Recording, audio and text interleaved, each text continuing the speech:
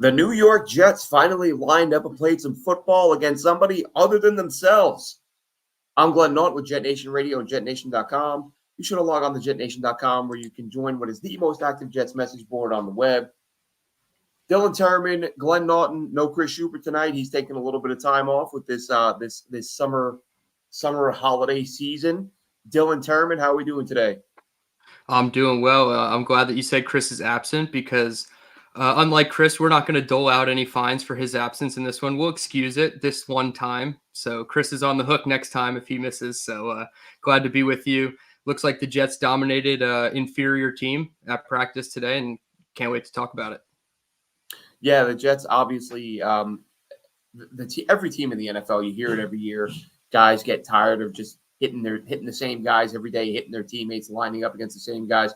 You want to kind of get that first test under your belt. You know, of course, it's not a game, but it is still guys competing, right? You've got pro players, you've got ones versus ones, twos versus twos, and then it gets mixed up a little bit from there, depending on how much coaches want to expose their top players to, injury risk. Which brings me to the first note, of course. Aaron Rodgers did not take part today. According to Robert Saleh, Rodgers did want to go, but it was apparently some torrential downpours in Jersey today where the rain was just out of control. Jets played it safe. Damn football gods just don't want to let that guy step on the field for the Jets. It's ridiculous. Opened up the heavens. No Aaron Rodgers today. Tyrod Taylor in his place. Apparently looked phenomenal. Hit Garrett Wilson on several deep balls. Garrett Wilson was uncoverable. I think the only incomplete passes I saw the beat mentioned for Garrett Wilson, one, there was a ball where it looked like it would have been at the very least a challenge. I think one reporter, maybe Zach Rosenblatt, I could be wrong about that, of The Athletic, said it was a catch. And then someone else chimed in a second later, said it wasn't a catch, which it was ruled not a catch, but basically said that would have been challenged in a game. And then I think there was one ball he didn't get to. But other than that, Garrett Wilson just all over the place, catching deep balls, just doing what he does. And Tyrod Taylor, veteran quarterback, say what you will about it. I'll tell you what, Dylan, that's been one pleasant surprise for me. I've always liked Tyrod Taylor. I thought in Buffalo he was a solid player, not spectacular, but believe me, there were many years I looked at Tyrod Taylor and thought, I would take that guy in the Jets in a heartbeat. He's better than most of the guys the Jets have trotted out there over the past 10, 15 years. So, but he's getting a little bit up there in years. He hasn't played a ton. And I kind of, reading reports from people who were there and who were watching last year with the Giants, I kind of expected, like, okay, he's older. It sounds like he's a dink and dunk guy now. Everybody says he's just going to dump it off, and maybe he's lost that little bit of arm strength. And all through camp, I'm hearing about and I'm seeing these throws online, and I'm like, this guy can still sling it. Like all this talk about, he's going to dump off and check down doesn't look to be the case. Certainly wasn't the case today. So encouraging sign, really. That to me is like, yes, I would have loved to have seen Aaron Rodgers, but you like to see the QB2 is a guy who can still do a lot of different things. We've heard reports of him earlier in camp.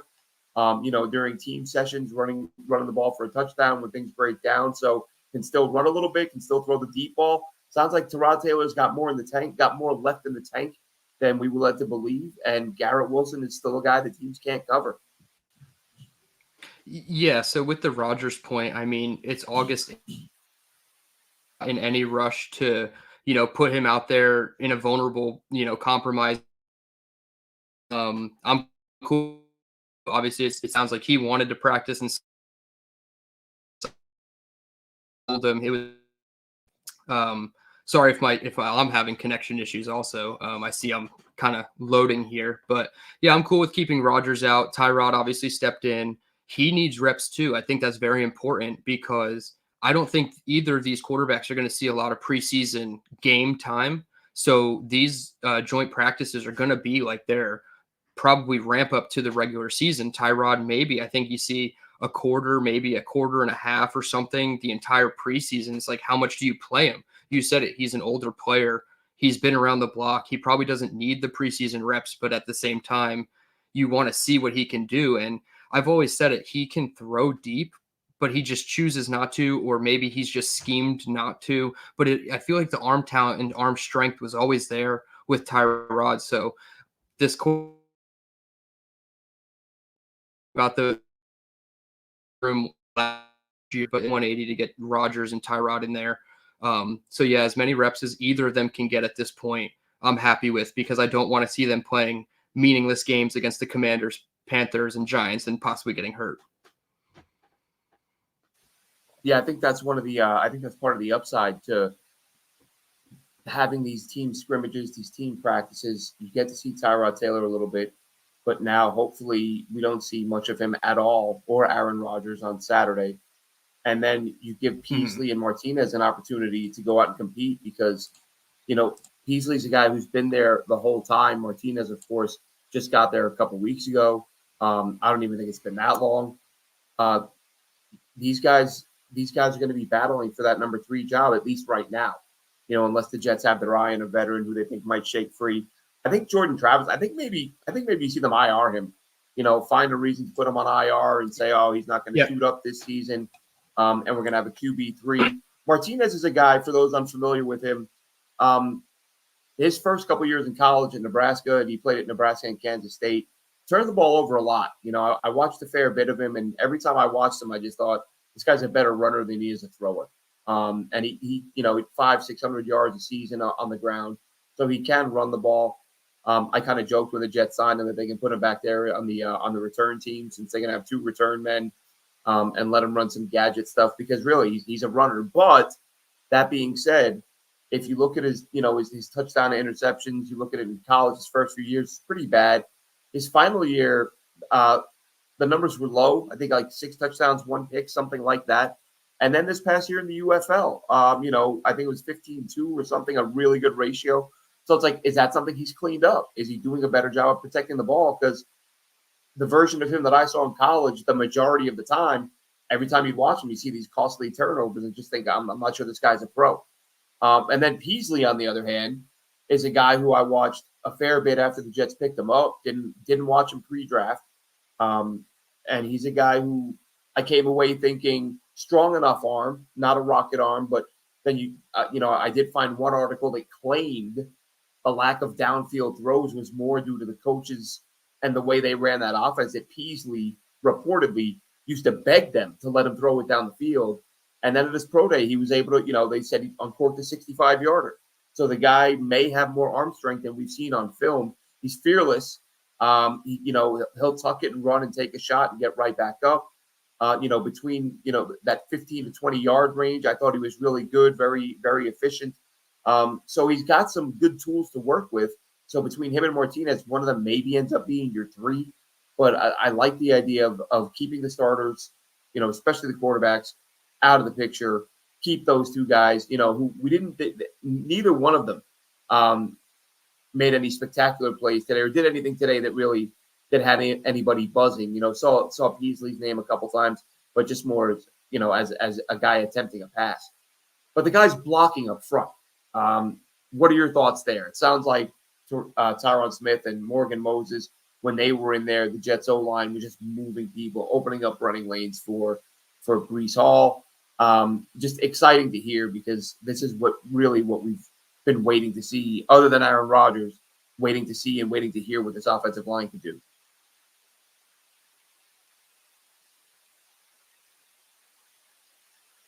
You're on mute. There I go, muting myself.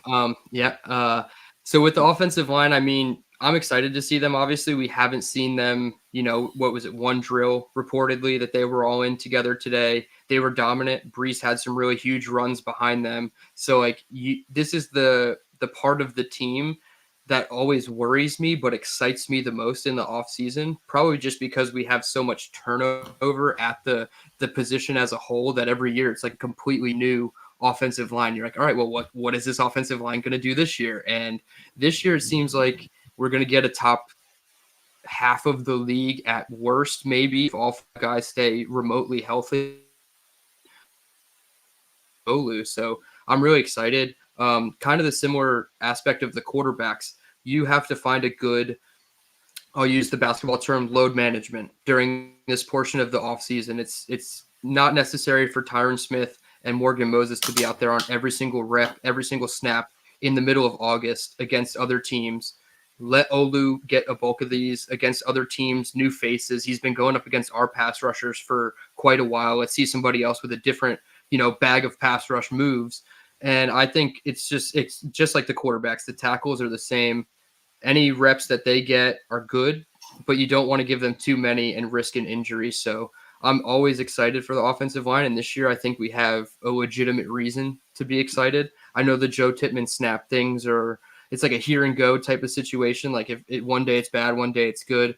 I'm not panicked about it yet. So all signs are pointing up for the offensive line, and that kind of scares me, but makes me so happy. Yeah, I will say the only thing that concerned me a little bit was I forget who it was. Somebody tweeted that Olu got beat for a sack today. And you go back to the green and white when, Jalen Holmes beat him and Jermaine Johnson was beating him, and today somebody else beat him. Look, it's a rookie. This is his first action against NFL players. But just seeing it, I've seen it enough times now that I'm like, you start to wonder how far away is this going to be nothing? And if they need him to play early on. But, we'll just have to wait and see. Other than that, that's the thing is, as the saying goes, right? Other than that, how was the play? Mrs. Lincoln is, if things were really bad, because the rest of the play, it's been rave reviews for Olu Fashanu. Right. Here he's moving bodies, looks stellar, great job. But then he gives up a sack, and like I said, with the green and white, he got beat a few times. So he's had some hiccups, but it's his first month as a pro. These things are going to happen. And I know they alluded to it. I'm sorry to cut you off, but I know they alluded to it in Saleh's presser, but he's been playing solely at left tackle. Do you think it's time for them to start giving him reps at right tackle in case of an emergency? Or do you think the depth chart should be, I know they just announced the unofficial one, but it should be Tyron Smith and Olu on the left side regardless, and then Morgan Moses, and then whoever, Max Mitchell or Carter Warren, whoever you see as the better backup on the right? Or do you want Olu to be the top swing guy going into the season? Because we talked about it at the draft, and we said this is going to be our swing guy at worst, knowing what happened with the roster. But it seems like now they might want him at only left tackle, but maybe it's smart to do. I don't know. Do you go the AVT route and try him at all positions? What are your thoughts? I honestly wouldn't hate either approach, but it sounds like the Jets approach. Robert Saleh said it last week. He said, yeah, he will play right tackle, but first we want him to master the left side. So I think the plan is just that is what you are going to be for us, and we want that to be your top priority, and we don't want to stunt your growth. So I completely get where they're coming from. I think at the moment, or the other day, they said Carter Warren has been the swing guy. I forget who it was. I don't think it was Rich Sweeney, but one of the beat guys said right now Carter Warren is the top swing guy. And I think Max Mitchell, whose name we haven't really heard at all, good or bad. So I don't know how to take that. It's it's important to remember out there at camp, and I say this every year, it's really tough depending on your perspective. If I think the majority of the time we've seen the beat guys at an elevated position a few times this year on that patio area. But I think for the most part, they're still on the sidelines. And when you're there, it's almost impossible to see the linemen. And I say it all the time. Unless it's the tackle on your side, you can't. It's a cluster of bodies. And I've talked to other reporters about that when I've been out there. And I'm like, okay, I kind of get now why you guys would go weeks at a time without mentioning linemen, because you just can't see them. And that could be, again, Max Mitchell. I haven't heard good or bad. All I've heard is he's working at right tackle. And I've heard Carter Warren is working at both spots and worked at right tackle. I think he got some left tackle reps the other day when Tyron Smith was out, but he's also I think he was on the right side in the green and white. So it looks right now to me like Carter Warren is the top swing guy and Olu is left tackle only, which again, I don't mind either approach. If the Jets said we want him ramped up and ready to go at two different spots, so we're having him switch, it might slow down his left tackle development a little bit, but it increases his versatility. I'd be fine with that. But I'm also fine with them saying he's our 10-year left tackle starting next year. We want him ready to do that now before we let him go elsewhere. So I'm happy with him at left tackle. You'd feel happier if you weren't hearing that he's giving up sacks. But again, it's early on. Not everybody's going to step into the league like Sauce Gardner did and just replicate exactly what he did. and say, oh, Olu never gave up a sack in 2 years. He's given up a few this week, but let's see what happens. Also, when live action starts, I imagine because of Tyron Smith that Olu's going to get a fair bit of run at left tackle this year. Yeah. And we can even go one step further with the whole Olu conversation. Obviously, Tyron and Morgan Moses aren't going to play this Saturday. We assume, but we haven't heard officially, but we assume no starters are going to play. Olu's probably in line then to start at left tackle because they're not going to start Carter Warren and Max Mitchell, right? That seems silly. So you're going to probably start Olu on the left side. How much run do you give him with the twos where you feel comfortable for his first game, even though it's preseason? I give him a few series. Like a quarter maybe? Yeah. I was going to say, if you're trying to accelerate his development and you need someone to take those reps because your starter isn't, I could see, a starter, you would do a few series. At least in the old days, your starters might play a couple series to start the game. But now it's fewer games and you're trying to develop. Yeah, maybe you give him a quarter. And part of it might be how he performs. If he's getting eaten up early on, maybe they pull him and we'll see. We'll see how it goes. But I couldn't see him playing any more than a quarter. And then same thing for Joe Tippmann. See, now he's because you need to see Tippmann snap in a game setting. Yeah. We talked about it last week. We said if he plays bad against Washington, you probably sign McGovern going into the Carolina game. Even if McGovern doesn't play against Carolina, Tippmann has one more game with somebody behind him like, hey, they're coming for my job. Let me play right. And then if he still can't snap right in Carolina, you have McGovern against the Giants because McGovern, if he's going to be your week one starter, he has to be the guy taking snaps with Rodgers in the preseason. Whoever that guy's going to be, whether it's Tippmann, McGovern, somebody else, they have to be out there if Rodgers is out there in the preseason. You have to get used to that before we get to week one. So here's my question about that, though. What do you do if you're the Jets and Joe Tippmann snaps don't get better and you have to go out and get a McGovern and you end up at whatever point, whether it's week 1, 2, 3, whatever, you have to tell Joe Tippmann, hey, man, this isn't fixed. We got to sit you. Do you try to plug him in a guard somewhere and bench Simpson? Yeah, you don't sit Tippmann. He's still your best five. And I know McGovern probably is like on the same level as a John Simpson, maybe even a tier below, honestly, because he's not in the league and John Simpson is with a pretty decent paycheck. So it's kind of tough, but Tippmann's part of your best five. So he goes to left guard. And unfortunately, you've already started the musical chairs of the offensive line because if McGovern can't hold up or if, they're working Tippmann in practice at center to become better than McGovern and he takes back over for McGovern week 4, 5, 6, 7, 8, then John Simpson plugs back in at left guard and you have what you thought you had going into week 1, but 7 weeks later, I mean, you're doing too much already. So you just got to hope Tippmann in the quarter that he does play or whatever he does play actually snaps the ball well. And you mentioned earlier, Dylan, that it's been up and down for Tippmann, but I honestly have to say, I can only recall. Now, I didn't see anything today about bad snaps. I don't know how many snaps he had. Sure. It'd be nice to know, given the conditions. If he was clean in today's conditions, that's very encouraging. But I think I can recall one practice where I didn't hear that he had at least one bad snap.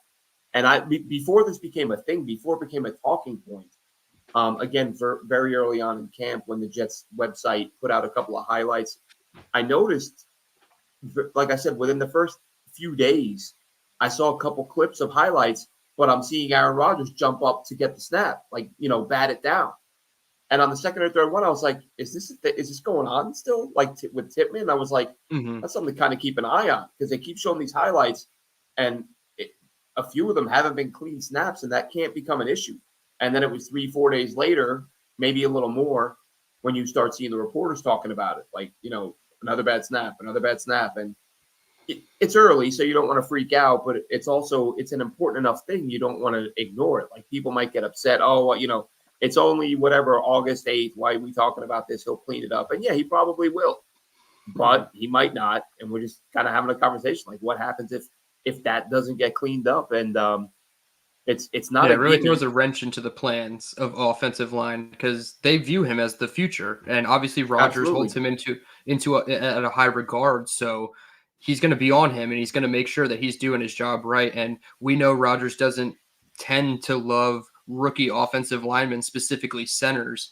And I believe even in his last year in Green Bay, Josh Myers was a rookie, if I'm not mistaken, and he was his center. So it's tough. I mean, I want Tippmann to start, and he's still part of your best five, but I also understand you got to get that ball to Rodgers because he's the most important player on the team, and if he can't have the ball, nothing's going to work.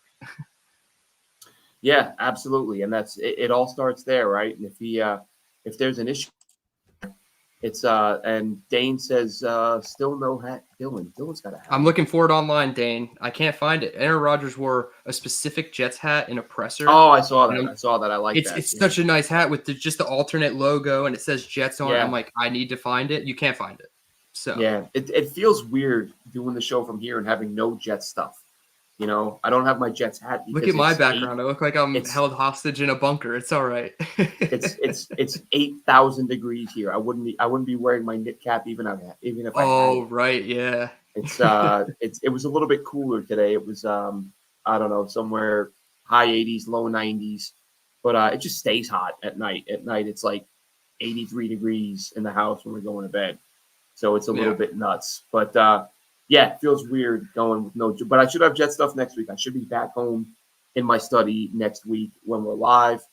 But another name that jumped out at me today, saw a little bit. I watched a few minutes of the Jets coverage of the early portion of practice today on their website. Will McDonald showing off the spin move, and then again once the action started, heard that Will McDonald had a would-be sack, had another pressure that would have led to an incomplete pass.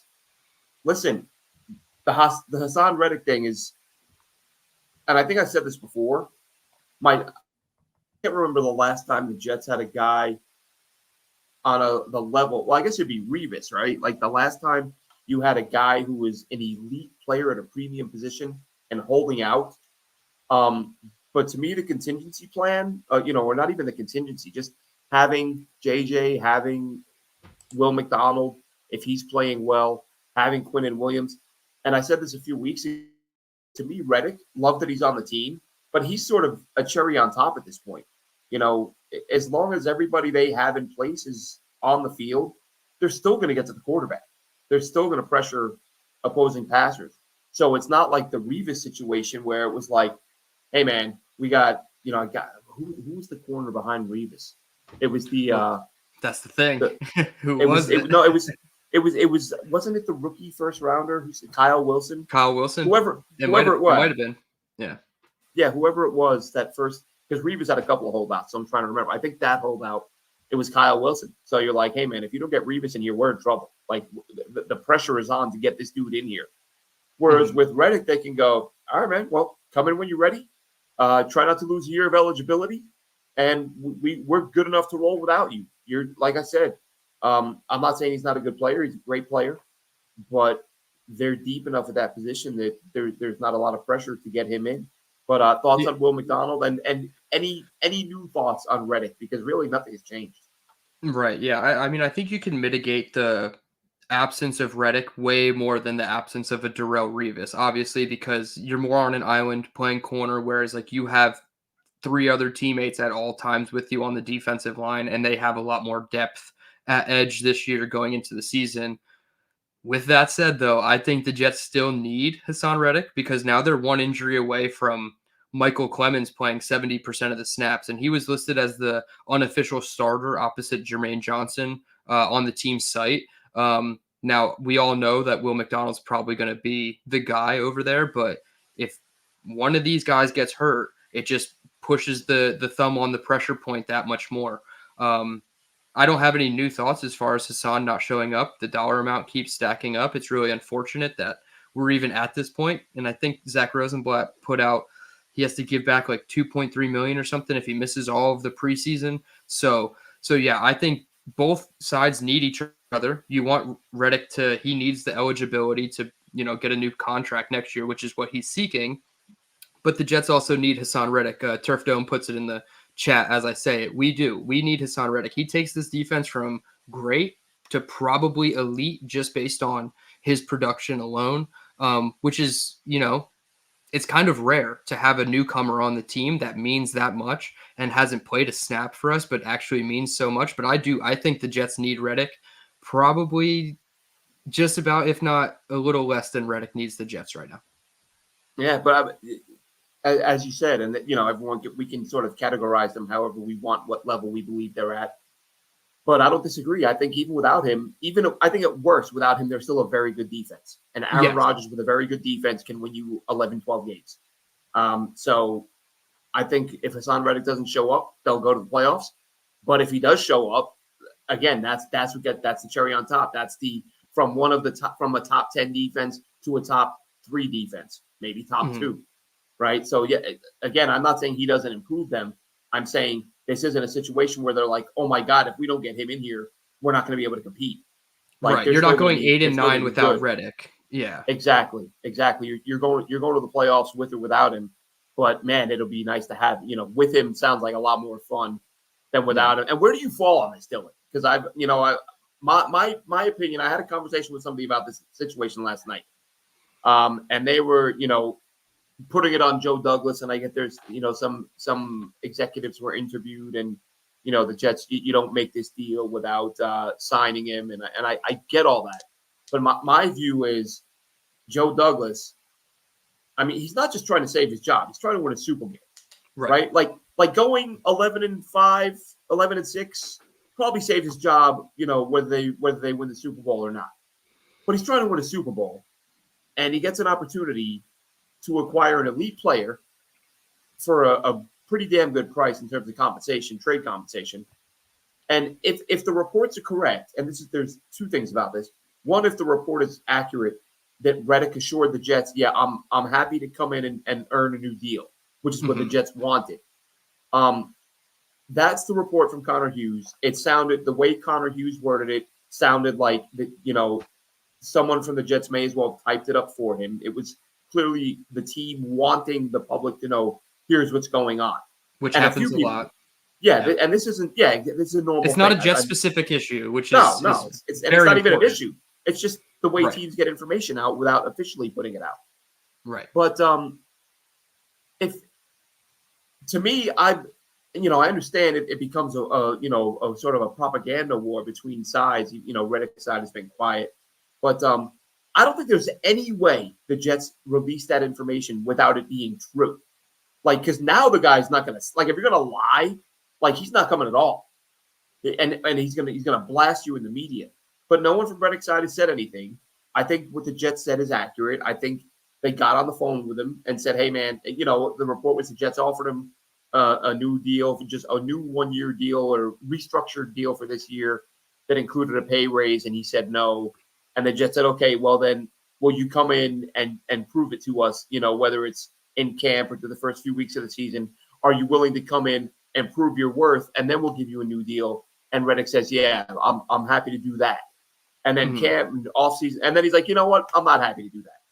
Like, I'm not. And especially because we're talking about the Jets, we're talking about a team. How many times, whether it's you, whether it's me, whether it's the millions of fans on Twitter, feels like billions when you're listening to people. How many times have we made fun of Jets GMs for, they almost got a deal done. They inquired. The Jets made some calls, but they never get it done. Like, Joe Douglas found a way to get it done, got the guy to say, yeah, man, I'll come in and earn a new deal. Okay, great. We'll see you then. And then the guy changes his mind. I'm not getting mad at Joe Douglas for that. And I've seen fans who are mad at him for it. I know other executives are ripping him for it. Don't care. Like, he's trying to win a Super Bowl. He's rolling the dice. And Hassan Reddick hasn't missed a snap yet. Yeah, when this whole thing first started, I said that you probably lean more toward the organization as a whole, that it's their fault that this situation is ongoing more so than the player. And the one thing I will say in Hassan Reddick's defense before I think now it's kind of leaning more to his fault is he left Philadelphia or expressed in Philadelphia that he did not want or that he wanted more money or a new deal. So for him to come to New York and not expect a new deal seems a little strange, right? So if the Jets did offer him what was reported and it was a new deal that added money to this year, which I think makes again, the most sense for both sides. You agree to that in principle, and then it doesn't happen or whatever, something falls through. You can't blame Joe Douglas. And honestly, if you're going to point fingers to somebody, probably the person handing out money in the Jets organization, which would be Woody Johnson. Who knows if he doesn't want to pay Hassan Reddick, a newcomer who hasn't done anything for the team, more money based on the fact that he wants it. So it makes the situation a lot hairier, but I think it leans more to Reddick's fault. If the report is true that the Jets offered him something, a revised contract, and he just said, yeah, I'll do that, and then all of a sudden changed his mind because he wants the new deal right now. So that's cool. the thing. It was the report was that it was agreed that he would come in and earn a new contract. They hadn't even agreed to a contract. They offered him a new deal, which he said no, and because it was like basically they were going to increase his pay for 1 year. They weren't. It wasn't an extension. It was a higher cap, a higher payday this year. He said no to that, and the Jets' answer was, okay, then we'll give you a new deal, but are you okay to come in and earn that deal? Like, we need to see it. Now, again, I don't know if they said we just need to see you in our system for the preseason or a couple of games, right? Or if they said we'll give you a new deal around week 12. Like, those specifics we don't know. All the report said is that they offered him a new deal, restructured deal. He said no. They said, okay, then without a new deal, would you be happy to come in and earn a new deal that we will then give you? And he reportedly said yes, and then backed out. There are times where players and teams, like, there'll be good faith negotiations. And like, okay, we're not putting pen to paper, but if you do this, I'll do this, and let's make it happen. And they'll do it, and it happens. Sometimes you see guys get new deals, and they'll say, oh, I approached the team back in whenever. They said, for whatever reason, we'll take care of you later, and now they're taking care of me. Like, and they do, and it happens. It's not unheard of. So, I'm not. If the reports are accurate, and again, that's the key point to me, is that I can't see the Jets. How we doing, Wild Wave? How we doing, Charles? I can't see the Jets making up a story like that and putting it out in public while they're trying to get this guy into camp. Like, that would be so nonsensical. And as you said, Woody signs the checks, and this could be a deal where Joe Douglas might be saying, yeah, let's get it done. Let's give him the money. And Woody could be like, hey, man, I was in the room when they said they'd show up without the deal, so we're not doing it. Like, we don't know. We don't know. And as we said before, there are people in the organization who have heavy influence. Some have suggested final say on where there's – the Johnsons always have final say. But there are people whose opinions they value so highly that they essentially have final say because they always defer to that person. Right. And you don't think even a billionaire owner is going to take it slightly personally that a newcomer to their team all of a sudden is backtracking on what was agreed upon in principle or whatever, not on paper. So you don't think he's going to take that a little personally and just say, hey, now I'm holding out on the cash for you, dude, and now you're going to have to pay us back. So you're probably going to see the Jets not rescind any of the fines. They're going to hold them all against him. They can. Some they can.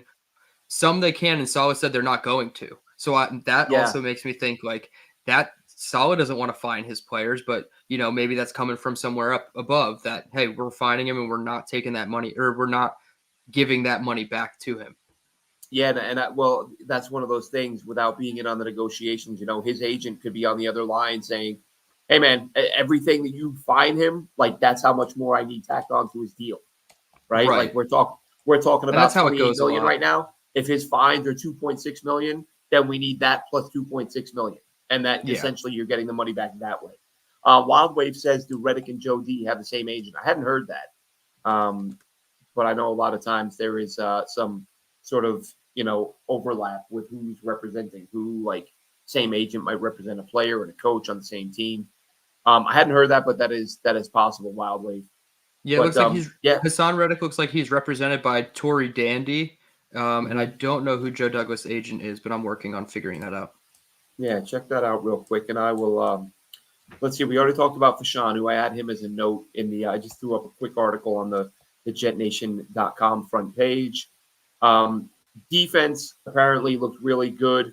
It was funny. I didn't get into it. I'm not going to go on Twitter and argue with random people, but it was funny. I saw a couple of Redskins. I'm never going to not say that. Commanders fans who were like, yeah, whatever. It's raining. Who cares? Of course the offense is struggling. And I'm sitting there thinking, Garrett Wilson has 5,000 yards receiving today. And Right. he's playing on the same field. But look, it's preseason. Fans are frustrated. Jets fans, we've had enough years of trying to think of reasons the team sucks before the season even starts because you don't want to, that's a harsh reality early on. And I'm not saying the Commanders will. I think they have some good players. I like their receivers. They have some good receivers. But, weather wasn't great, but the defense apparently dominated. Washington had a hard time moving the ball. Sauce Gardner with a big PBU on what was a 4th and 15 pass attempt from Jalen Daniels on a 2-minute drive. Big PBU from Sauce. A guy's just picking up where he left off. And we've all heard the main criticism for Sauce, right, is that he doesn't get any picks. And it's a valid thing. Like, at some point, you can't keep having, between 0 and 2 picks every year. And at some point, you got to have a breakout year. We haven't done a bold predictions, hot takes, anything like that. Maybe a little preview here. I'm putting Sauce down for 5 picks this year. What are you thinking? Oh, hell yeah. That'd be awesome. So I think teams are going to want to try Sauce more. So, and with the new, if he's potentially traveling with number 1 receivers, that also means that he's going to get targeted more because even if the number 1 receiver isn't winning a lot of those routes, the quarterback might just have so much trust in that number 1 receiver that he's going to throw it. So the potential for more picks is certainly there. I hope that he comes down with 5 would be fantastic. And he'd probably, maybe if he did the coverage stats of his first 2 years, or even just a slight downgrade with 5 picks, you're literally talking about defensive player of the year after winning defensive rookie of the year 2 years ago. 3-time All-Pro in 3 years. Just absolutely absurd if he could pull down 5. And I mean, it's obtainable. So that'd be truly special. Well, and that's the thing with this team this year is if they are as good as advertised, they're going to be playing with leads. Teams are going to be throwing it late to try to get back into games. And as you said, and we've all talked about, will Sauce be traveling? If Sauce is traveling with the wide receiver 1 and the quarterbacks are under pressure, they're going to have some balls that they're going to heave it up there and say, man, I got to try to get this to my number 1 guy because we're down 17 with a few minutes to go. Andre says he heard Garrett was cooking today. Absolutely, Andre. Oh, yeah. Just one tweet after another early on. Garrett Wilson was on fire. As I said at the top of the show, the only passes I saw that weren't completed, one was a deep ball that was close enough that it would have been challenged had it been a game, and the other I think was an overthrow. That's going off the top of my head. I could be mistaken on that one. Yeah, based off today's practice, Garrett Wilson is probably going to threaten Brandon Marshall for the passing or receiving yards record for a season. Well, I've said I said it last year. Obviously, it didn't happen with the injury, but I said it again recently that I think I may have put it in I did the full 90-man roster and I tried to put one note on every player. And I'm not sure if that's where I put it, but somewhere I said Garrett Wilson is gonna force them to have to rewrite some records because I really see him just absolutely dominating. Good question, Wild Wave. We talked about Tippmann earlier. Someone said he had a key block on one of Brees's big runs, and I didn't hear anything about any bad snaps, which is the most important thing at this point. Because obviously, we discussed it a few minutes ago. That has become a major issue, a major point of concern. But with Saturday's game coming up, who, like we said, it's going to be mostly backups. It's going to be second, third, fourth stringers. Who are you looking forward to seeing? Throw some names at us, guys you're looking forward to seeing, why you're looking forward to seeing them. And Hamzi Al-Zayat, listen, they wide receiver who came from out of nowhere, Eastern Michigan kid, and they put him on IR. I just tweeted out a couple weeks ago, or when Xavier Gibson got hurt, look out for this kid Al-Zayat. We haven't heard his name, and he's probably going to get some more run with the not with the ones. I thought he would just get some reps with the threes, and maybe we'd hear his name. Then the green and white scrimmage hits. He's out there with the ones somehow, and stuff like that. I don't think that happens without them talking to Aaron and saying, "Hey, who do you like? Is there anybody out here that you want to throw some balls to today?" And they were down. They had a couple receivers hurt, but Al-Zayat goes out there, plays really well. A couple of deep balls that he catches another deep ball in the following practice, and then he goes on IR for the year. So I don't know that he would have made it. He's 5'8", man. He's 5'8". I was looking at him like potential practice squad guy who can return kicks a little bit. But as it stands now, he goes to IR. He won't be a thing this year, but he would have been on my list of guys to watch this Saturday night. But for you, Dylan, throw some names at us, and I'll throw a couple out there as well, players I'm looking forward to. Real quickly, Charles, I don't know if you want to go ahead and read that message, Dylan, and we'll go from there. Yeah, sorry if you hear the cat in the background. She's probably just hungry. I didn't know they were able to IR Hamza. I didn't know he was hurt, so that might explain why he was cut in order for Deion Jackson to be signed the other day. So at least they were able to IR him. Maybe they'll get once he clears waivers, he'll revert to the Jets on IR. Yeah, right. So most likely he's going to be a Jet, and all season they're going to get a look at him. Maybe he'll be healthier down the stretch and practice squad, or they can't practice squad him, but he can at least work off to the side. They get extra eyes on him. I didn't think he was going to make the team either way. I was supposed to go to practice yesterday, the one that was postponed to the 20th, and I wrote a list of 5 names, offense and defense, that I wanted to get an eye on because they're guys that I haven't heard about, but I think could be, potentially something on this offense or defense. And the first name on offense was Abina Eze. I think he was listed as the 3rd string left tackle, but I'm almost positive I should have looked it up on PFF, but he does have interior experience, I believe, with the Giants. So that could be somebody who could be a guard tackle flex player. I'm wondering, maybe do they look at him as offensive lineman number 10 over a guy like Chris Glazer, Jake Hansen, Xavier Newman, maybe. I know Newman hasn't really gotten glowing reports, but Abina Eze is a guy who I believe has versatility. He's a veteran. He's been in the league for quite a while. Probably can't take snaps under center, so maybe that's the knock on him. I don't know if he has done it. So that's the first guy I wrote down on offense. And then I wrote Chris Glazer because he was listed as the backup center over Xavier Newman, and I was wondering if they just viewed him more as the true backup center, or if Newman might have plans for guard, or if he's not even going to make the team at all. So Abina, Eze, and Chris Glazer on the offensive line. And then on defense, I switched over. I wanted to watch Tack McKinley, who's probably been one of the best edge rushers in camp consistently all August and July, and Zaire Barnes, because I know there's a lot of hype around Jamien Sherwood, but as we talked in the pre-show and I put it in our group chat, is Jamien Sherwood approaching a territory of high-level play where a team is interested in trading starter-level value for him, and you have to trust the development of your linebackers coach and Saleh and his history with linebackers to coach up a Barnes or a Sam McGuavin to be your linebacker 3. So I'm not saying I advocate for Jamien Sherwood being traded, but if you get a deal you can't refuse, like a realistic one, like a 3 or a 2, like a 4 and a 6 or something like that for Jamien Sherwood, who a team wants to play him as a starter, you're going to see extended amounts of Zaire Barnes moving forward. So he was on my list. And then Quantez Stiggers, I mean, he was just lighting it up at camp, takeaway after takeaway. He had a scoop and score. I forget who stripped the ball, but he had a scoop and score in one of the practices. So just takeaways for him, something this defense needs, and I'm really excited that if this team can start getting takeaways and giving Aaron Rodgers a potentially short field, dangerous things can happen. Yeah, the first name you mentioned there, Obina Eze, I'm looking at it right now. Mm-hmm.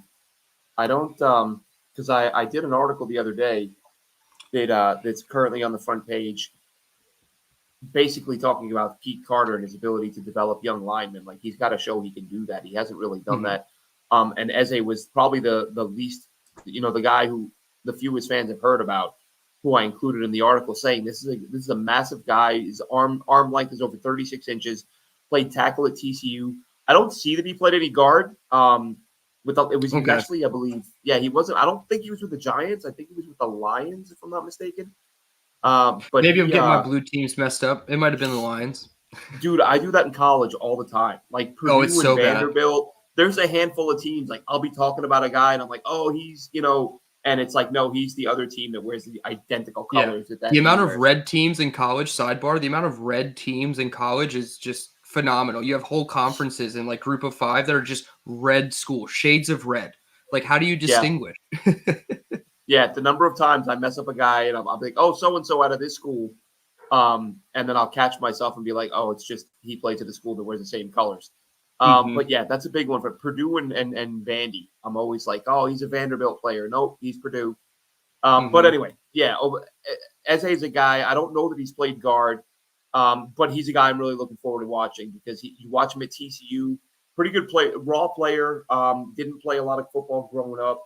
He's one of these guys that started late high school or mid college or late high school, early college. I think he was a basketball player originally, which suggests maybe some good footwork. I thought he had solid footwork, but like I said, great length, and he's a guy that sort of has those attributes. So he's definitely, for the five guys I'll be watching, he's I mean, not five, but if I had to pick five, he would definitely be on my list. Another guy is Lincoln Sefcik, who we've talked about a little bit, the kid from South Hmm. Alabama, fullback, tight end, H-back type. We haven't actually think I saw his name for the first time the other day in camp, and it was for a fumble.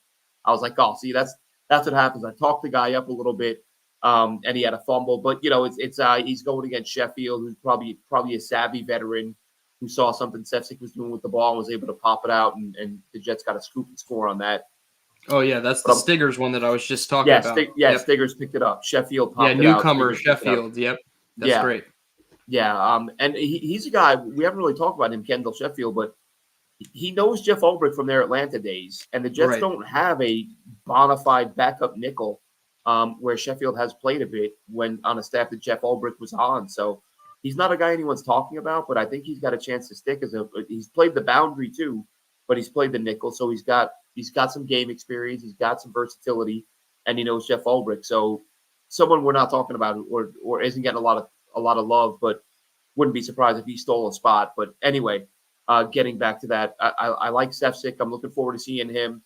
And so you mentioned Chris Glazer, a lot of the offensive linemen, right? Because these are guys who we saw how bad things went for them last year when these guys were getting dinged up. Now he's a guy who's got a little bit more experience because he had some action last year. Jason Brownlee, who was apparently come on of late, had a quiet start to camp, scored the only touchdown in the green and white practice the other day on a ball from Tyrod Taylor. So Jason Brownlee, obviously looking forward to seeing him. And we talked earlier about how much run do you give Olu Fashanu? How much run do you give Malachi Corley, a guy who everyone sort of universally agrees this guy needs a lot of work on his route running. This is an opportunity to say, let's get this guy on the field a ton and get him some targets. But he's also a guy who, at some point, if not week one, at some point is going to become your starting slot guy. Do you risk him and play him more than you would, a normal starter in this type of week one situation?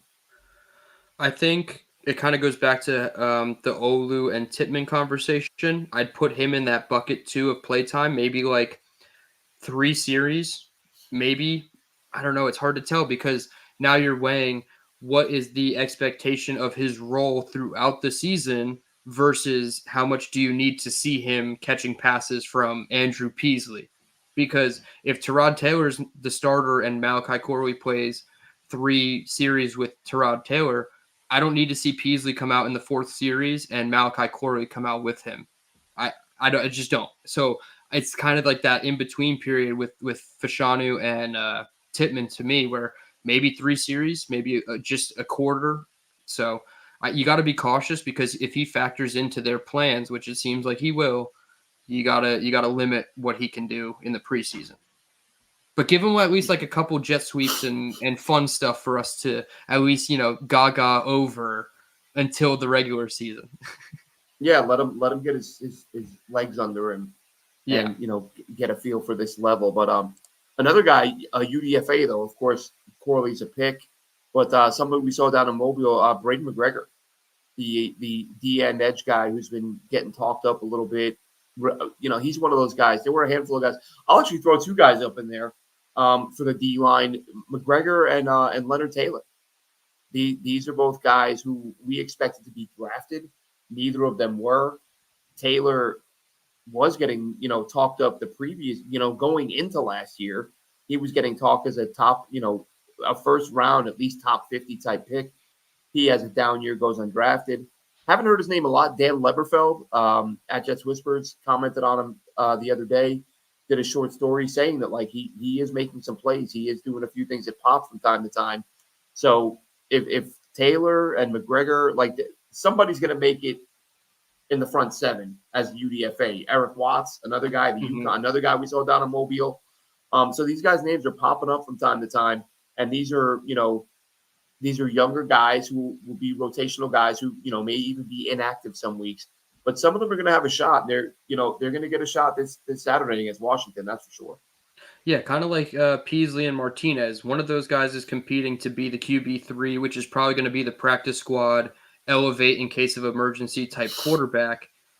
On the flip side, these defensive linemen UDFAs, those three you just named, Taylor, Watts, and McGregor, they're probably competing for that first spot on the practice squad, because if Reddick's in the fold, especially if Reddick is in the fold, you have 4, if not 5 edge rushers ahead of all these UDFAs that you're going to want to roster. So Takkarist McKinley deserves a spot over all 3 of those UDFAs. So if you have Reddick, JJ, McDonald, Clemens, Tack as your 5, and then you keep 4 interior defensive linemen for 9 total, yeah, McGregor, Watts, and Taylor are going to be fighting for those practice squad spots. And you got to hope that, like, you're risking it, obviously, but do you risk keeping them on the 53 and sacrificing somebody like Tack McKinley, or do you, hope they clear waivers and make it back to your practice squad? So I don't think all 3 of them, I don't think any of the 3 are going to make the 53 unless something happens with Reddick and we find out that he's not going to play during the season. But if you can get 2 of those guys on the practice squad, I think that is a tremendous win for the roster. Yeah, and speaking of Reddick, one thing we haven't mentioned, Dylan, I looked it up the other day to confirm. We didn't say specifically. In order to get his accrued season to hit free agency, a player has to be rostered for at least 6 weeks. Okay. So, because I've heard people say that, don't the Jets retain his rights if he doesn't show up this year? If he didn't show up, they'd have his rights. And he will. He's not going to give that up. He's not giving up a shot at free agency. And again, this could be where the Jets are sitting there saying, "Come in when you're ready, man. We're not in a rush. Like, we've told you our position. We've got guys who can get to the quarterback." So that could be, it's last week, or I feel like it was at least a week ago. Josina Anderson said both sides had made some progress. Well, that progress didn't amount to much, apparently, because here we sit a week later and he's still not in camp. So when he gets in camp, I'm not. I'll worry. I mean, right now I'm worried, and I talked about this. I'm not trying to downplay it. This is a big deal. You are at the point now where you're risking injury because you get guys who come in late and then they try to ramp up too quickly and they get hurt. So he sort of entered that after, I feel like once pads are on and you're not there, like the risk level goes up. So this is an issue. But if he comes back and he's, in the building week 1, even if he's getting, ramped up and being used situationally till he's a full go by week 4 or 5, I'm fine with that. And the Clemens thing that you've mentioned a couple times, I haven't touched on this, Dylan. I think it's interesting that, when the unofficial depth chart came out, there were a couple of writers who said that this is what we've seen in camp. Like, Clemens has been getting the majority of the reps. Robert Saleh, and this is actually something we should discuss that we haven't, Dylan, that Saleh said that Will McDonald didn't put on weight this season. Like, that was the plan. The plan was for him to get bigger, and he didn't. Apparently got stronger, and you do sometimes see guys who have a hard time keeping weight on or adding weight, which Will McDonald apparently was projected to gain weight that he didn't gain. So maybe they don't see him as an every down player, and maybe he is. And listen, I have no problem with that dude being a situational pass rusher with what he can do, what he brings off the edge. Again, keeping in mind, if this team plays up to their potential, I have no problem with this guy being a 3rd and 12 guy with a 2-score lead in the 4th quarter. I can see him racking up a bunch of sacks doing that. But you still, as a first-round pick, you want him to be an every-down guy. But Clemens getting those reps is a little bit surprising to me. Yeah, it really is. And I think even in Will McDonald's, one of the late-season interviews with SNY, I think it was Janae Coakley, he even said, he's like, I want to get to 250, 255. So to not put on any weight, it's kind of alarming. I mean, maybe just stack on some PB&Js, but if we're getting sold the bill of goods that he's stronger, we're going to need to see it. And that probably comes not just in the past, but probably playing against the run too. So I want to see him get a ton of, run in the preseason game against Washington. I don't care if it's Washington's ones, twos, threes. I want to see Will McDonald probably out there the most of any of the, the predominant names on defense. I want to see him leading the rep count when it's all said and done.